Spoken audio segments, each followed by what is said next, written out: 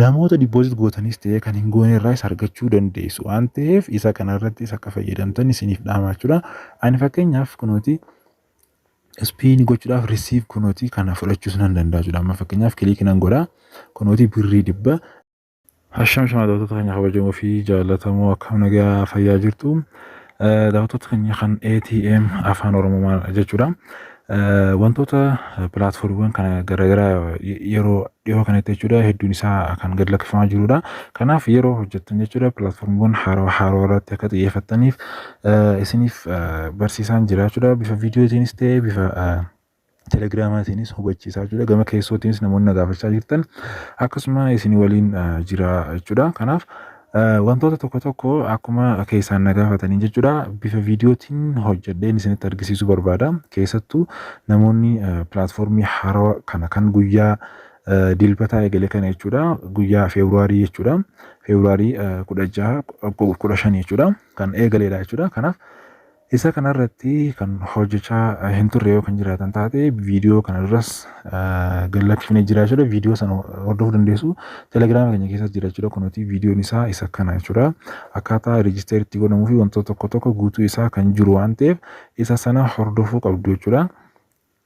Kanaaf wantoota tokko kan na gaafatantu jira jechuudha. Fakkeenyaaf namoonni jalqaba irratti jechuudha liinkii as jalaa kana telegiraamii keessaa isa argachuu dandeessu namoonni galmaa barbaadan akkasuma yuutuubii kana keessatti jechuudha diskiripshinii jala seentanii argachuus dandeessu. Fakkeenyaaf isa kana keessa tuqeen wantoota na gaafatanii turan tokko rakkoolee achi keessa jirus isiniif himuu barbaada jechuudha. Fakkeenyaaf jalqaba irratti kiliik goonaa jechuudha. Erga isa kana kiliik goonee wantoota fakkeenyaaf galmee irraa eegalee jechuudha tokko keessaan na gaafatanii turan jechuudha gaafiiwwan. Kanaafuu jalqaba irratti reejisteer yeroo gootan lakkoofsa bilbilaa keessanii fi paaswoordii yeroo guyyaa guyyaan itti seenuu dandeessan. Kana jechuun paaswoordii dagachuu hin qabne kan qabachuu qabdan sanaan seentu. Namoonni keessan galmeen nu didaa jira jettan tokko jechuudha gaafii keessan. Kanaaf wanti godhaa jirtan tokkotu jira jechuudha. Yeroo 3 ol seentanii galmee isaa jirtu jechuudha. Lakkoofsa bilbilaa sanaan boonasii fudhachuudhaaf hojii sana hojjechaa jirtan waan ta'eef isa sanarraa akka qusattan isin gaafadhaa jechuudha gamanumaan jechuudha. Kanaaf rakkoon isa sanaa isuma sana jechuudha. Yeroo 2-3 galmeedhaan seentanii boonasii garaagaraa fudhachuudhaaf yaaluudha jechuudha. Yaaliin san akka isin pilaatfoormii hin hojjenne isin taasisuu danda'a waan ta'eef isa sanarraa akka dhaabbattan isinitti himaa. Kanaaf asirratti yeroo seentan lakkoofsa bilbilaa keessan galfattu jechuudha. Fakkeenyaaf lakkoofsa bilbilaa 9 jettanii eegaltu ergasii barreeffattu. Erga kana barreeffatanii xumurtanii booda asirrattis paaswoordii keessan kan ofii mataa keessanitti seentan isa sanaan seentu. Ergasii reejisteer gochuu qofa jechuudha. Reejisteeriin gootan jechuudha. Fakkeenyaaf reejisteer gochuudhaaf kunuuti erga kanatti seentanii reejisteer yeroo takka cuqaastu kunuuti haala kanaan reejisteer isiniif ta'a jechuudha. Kanaaf ergasii erga kana xumurtanii jalqabuma irratti laakii diroo isiniif kenna. Kana jechuun paartisipeet gochuu keessaniif yookaan reejisteer gochuu keessaniif kennaa jalqabaate jechuudha. Kennaa 2 ol yeruma jalqaba seentanii isiniif kennaa inni jalqabaa kana jechuudha. Isa kana yeroo takkaaf kiliik goonaa paartisipeet goonaa jechuudha. Isa kana jechuudha yeroo takka kiliik paartisipeetii kana itti fayyadamnaa jechuudha. Akkaataa itti fayyadamnus tokko isiniif himaa jechuudha. Erga kanatti nu galche jechuudha namoota affeeruudhaan jechuudha. Keessattuu wanni as keessatti argannu guddaan isaa namoota affeeruudhaan laakii diroo tokko argachuu dandeenya. Fakkeenyaaf asirratti spiin kan jedhu kana yeroo guyyaadhaan namoota affeeruudhaan fakkeenyaaf jalqaba akkuma galmooftanii akkuma nama tokko galmooyse ofii keessan galmaa keessaniif tokko isiniif kenna. Fakkeenyaaf nama diipooziit godhees ta'e nama diipooziit hin goones yoo kan galmeessitan taate asirratti argattu jechuudha. Spiinii kana argachuu dandeessu. Kanaaf guyyaan asirratti isiniif galaa jechuudha. Kana jechuun salphaadha jechuudha. Fakkeenyaaf isuma jalqabaa kana spiin yeroo goone as keessatti nuuf gala jalqaba. Erga kana spiinii kana fakkeenyaaf asirratti kan 50 jira, kan 200 jira, kan 200 akkasumas isa kun immoo chance probability dha jechuudha. Kan mallattoo gaafii kuni chance probabilities ni jira jechuudha. Isaanowwan kana yeroo argattan asirratti erga 100 guuttanii booda receive gochuu dandeessu. Erga 100 guuttanii booda. Kanaaf haala kanaan argachuu dandeessu. Kanaafuu jalqaba kana spiin goonaa jechuudha. Spiin yeroo goonu chaansii keenya ilaallaa jechuudha. Yoo fedhe birrii 50 90 ta'uu danda'a jechuudha. Fakkeenyaaf kunooti amma kun 87 arganne fakkeenyaaf kunooti chaansii jalqabaati jechuudha. Yeroo sana asirratti kunooti amma nuuf gala 87 galeera meeqatu hafa 13tu hafa 13 ammas namoota dippoosit godhanis ta'e reejisteer qofa gochuudhaan asirraa namni liinkii keessaniin galmaa'uu qofaan jechuudha. Asirraa ispiinii argattu. Kanaaf namoota galmeessuu irrattis akka xiyyeeffatan isiniif himaa jechuudha. Asumaanuu wanni biraa kan jiru fakkeenyaaf kun jalqaba akkuma seentaniin asirratti birrii 180 jalqabbiidhaa isiniif kennaa. Kana viidiyoo jalqabaa irrattis isiniif himeen jira jechuudha. Kanaaf piroodaaktiin asirratti isiniif gala jechuudha. Anis piroodaaktiin bitees ni jira waan ta'eef ta'u isiniin garsaa jechuudha. Isa sanas akkasuma ispiinuma kana keessa wanti biraa isin garsiisa. Boonasii garaagaraa hedduu kan qabu waan ta'eef isa kanas jalqabumaan akka seentan isinitti himaa. Fakkeenyaaf asirratti laakii diroo jira. Isa taask seentar jedhamu kanas yeroo takka kilikii yoo gootan fakkeenyaaf nama 5 qofa affeeruudhaan asirraa birrii 50 argattu. Kanaaf isa kanas viidiyoo jalqabaa irratti ibseen jira akka irra deebii ta'uuf jechuudha. Kunis akka yaadataniif jalqaba akkuma seentanii firii kaashiinis jira. Firii kaashiin akkuma jalqaba isin jenne chaanaalii isaanii keessaa sa'aatii 8 irraa eegalee jechuudha. Guyyaa sa'aatii 8 irraa eegalee waan poost godhamuuf jecha achirraa koodii sana fuutanii galfattu ergasii irraa argattu jechuudha.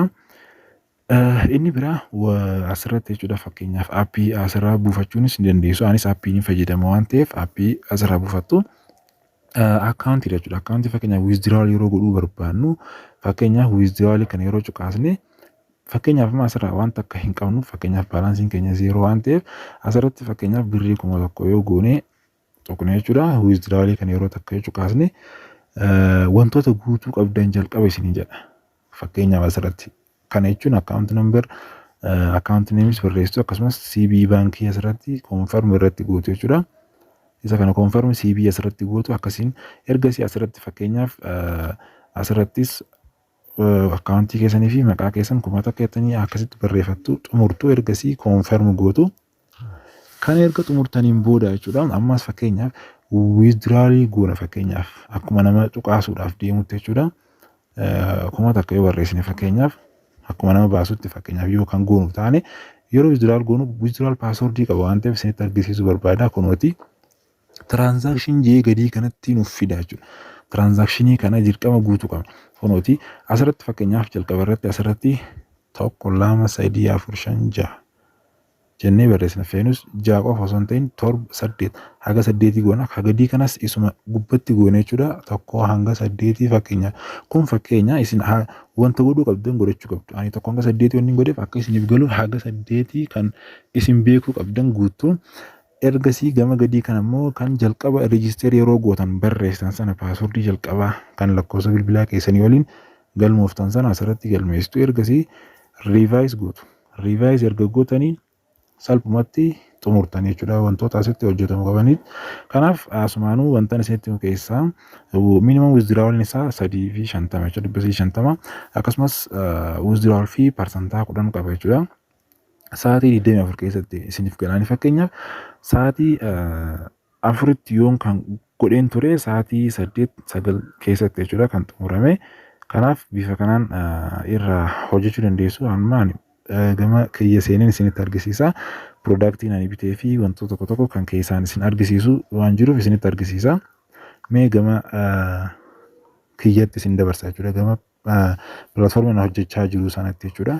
Kunoo erga seenne aappiidhaan jechuudha. Ani aappii ittiin fayyadamaa jira waan ta'eef erga akkanatti nu galchee wantoota tokko kan keessaan isinitti argisiisu jira jechuudha. Gama keessaan namoonni na gaafachaa jirtan waan ta'eef wiizdiraawalii isaas isinitti argisiisa. Parsantaa 10 guyyatti yookaan yeroo wiizdiraawal gootan baafachuu dandeessu. Kana jechuun guyyatti wiizdiraawaliin godhamuus ni danda'a jechuudha. Haalaan isinitti hime jechuudha. Viidiyoo jalqabaa kana sana ilaaluu qabdu jechuudha. Maaliif guyyatti argachuudhaaf wantoota irraa argachuu dandeessan tokkoon gama sanarratti ibseen jira waan ta'eef jechuudha.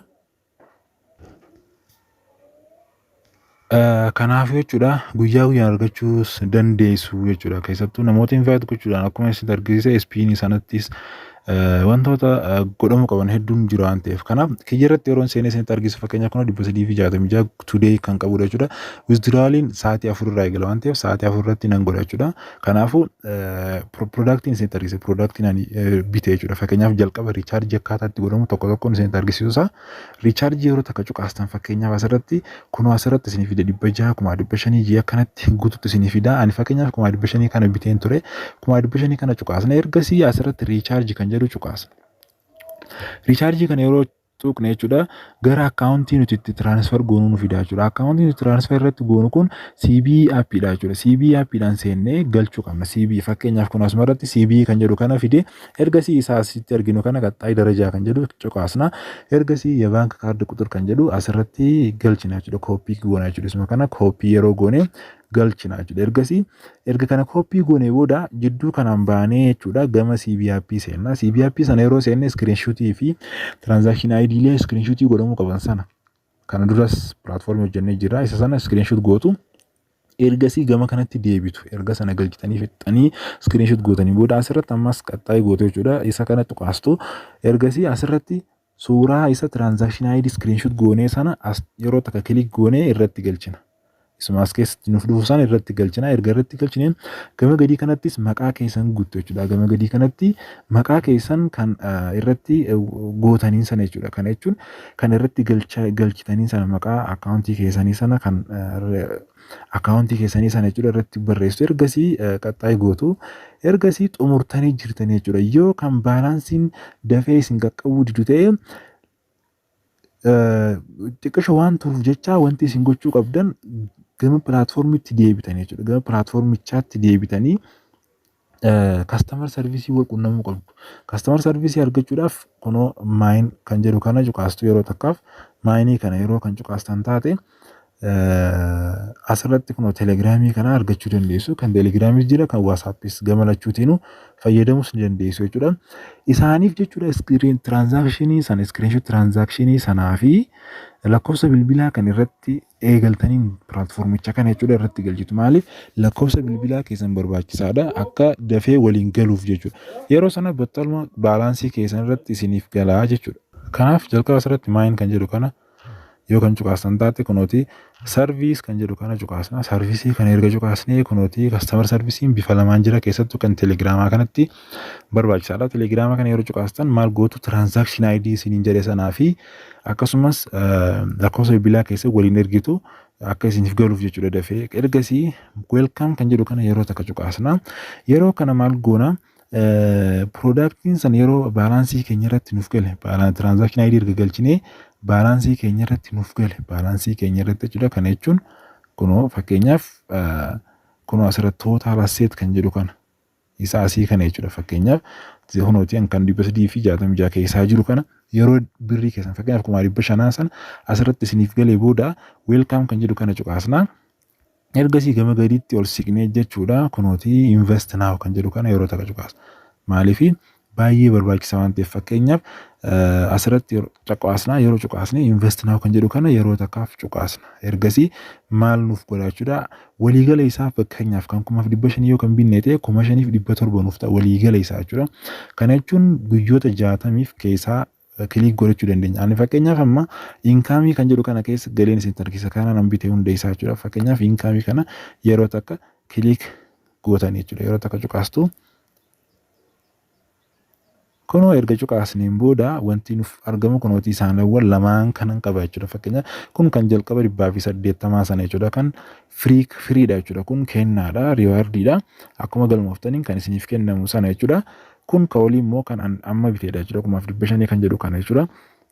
Isa kanarraayis ni argattu waan ta'eef guyyaa guyyaan as seentanii risiif gootu jechuudha. Isaanawwan lamaan kanarraa jechuudha. Kan amma bittan sana hojii jechuudha. Akkuma isinitti argisiisan yoo bittan jechuudha. Kanaaf ani fakkeenyaaf number of product lamaan qaba jechuudha. Tokko kan naaf jalqaba kenname tokko immoo kan ani bite sana jechuudha. Kanaafuu bifa kanaan productiiwwan kana hojjechuu dandeessu. Ammas gaafii yoo kan qabaattan taate pilaatfoormicha kanarraa jechuudha. Gaafachuu dandeessu komantii jalatti. Akkasumas spiin kana isiniin jedhe kun spiiniin kunis jalqaba irratti akkuma isiniin jedhe barbaachisaadha. Namoota dipoozit gootanis ta'ee kan hin goone irraa isa argachuu dandeessu waan ta'eef isa kanarratti isa akka fayyadamtan isiniif dhaama jechuudha. Ani fakkeenyaaf kunooti Spiin gochuudhaaf receive kunooti kana fudhachuus nan danda'a jechuudha. Amma fakkeenyaaf kilikii nan godha kunooti birrii 100 naaf galeera jechuudha. Akkasumatti namoota deposit gootanis deposit yoo hin goones keessaa ni argattu jechuudha. Kanaaf isa kanarraa boonasiinis guyyaa guyyaan isiniif galuu danda'a jechuudha. Fakkeenyaaf ammas namoota 200 qaba jechuudha. Ganaa kan withdrawal gochuu danda'uun jechuudha. Kan linkii kootiin seenanii jechuudha. Atis isinis gama keessanii linkii keessanii namoota affeeruudhaan irraa argachuus dandeessu. Kanaafuu pilaatfoormicharraa boonasiiwwan guyyaa guyyaa bifa 4-5 oliin jira waan ta'eef isa kanarraa fayyadamaa isin jedha. Ani fakkeenyaaf kun amma 4,466 naaf ta'ee jira. Reefu 366 waan ta'eef bifa kanaan hojjettanii irraa argattu. Kanaaf gaaffii yoo qabaattan gama keessaatiin na gaafachuu dandeessu. Akkasumas teelegiraamii keenya hordofaa wantoota pilaatfoormiiwwan garaagaraa achirrattis kan gad lakkisnu waan ta'uuf jechuudha. Kanaafuu qophiin har'aaf qabannes kanuma fakkaata. Haa qophii kaanii wal arginutti nagayaan nuuf tura.